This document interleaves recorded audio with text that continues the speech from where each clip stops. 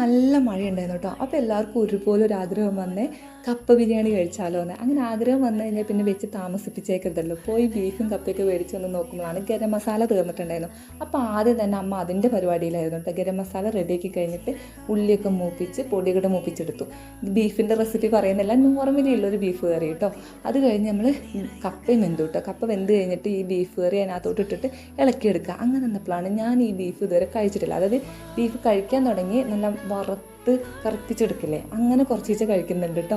ചാറോടുകൂടെ കഴിക്കാൻ എനിക്ക് ഇതുവരെ ധൈര്യം വന്നിട്ടില്ല.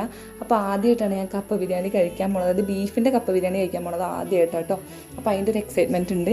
ഞാനത് കഴിച്ചു, രണ്ട് വായ കഴിച്ചിട്ടുള്ളൂ. അതിനുള്ള ധൈര്യം ഉള്ളായിരുന്നു കേട്ടോ.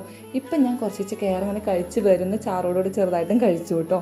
അപ്പോൾ ഇനി അടുത്തത് ഞാനൊരു പ്ലേറ്റ് കപ്പ ബിരിയാണി കഴിക്കുന്ന വീഡിയോ ആയിട്ട് വരാം കേട്ടോ. അപ്പോൾ ടാറ്റ ബൈ.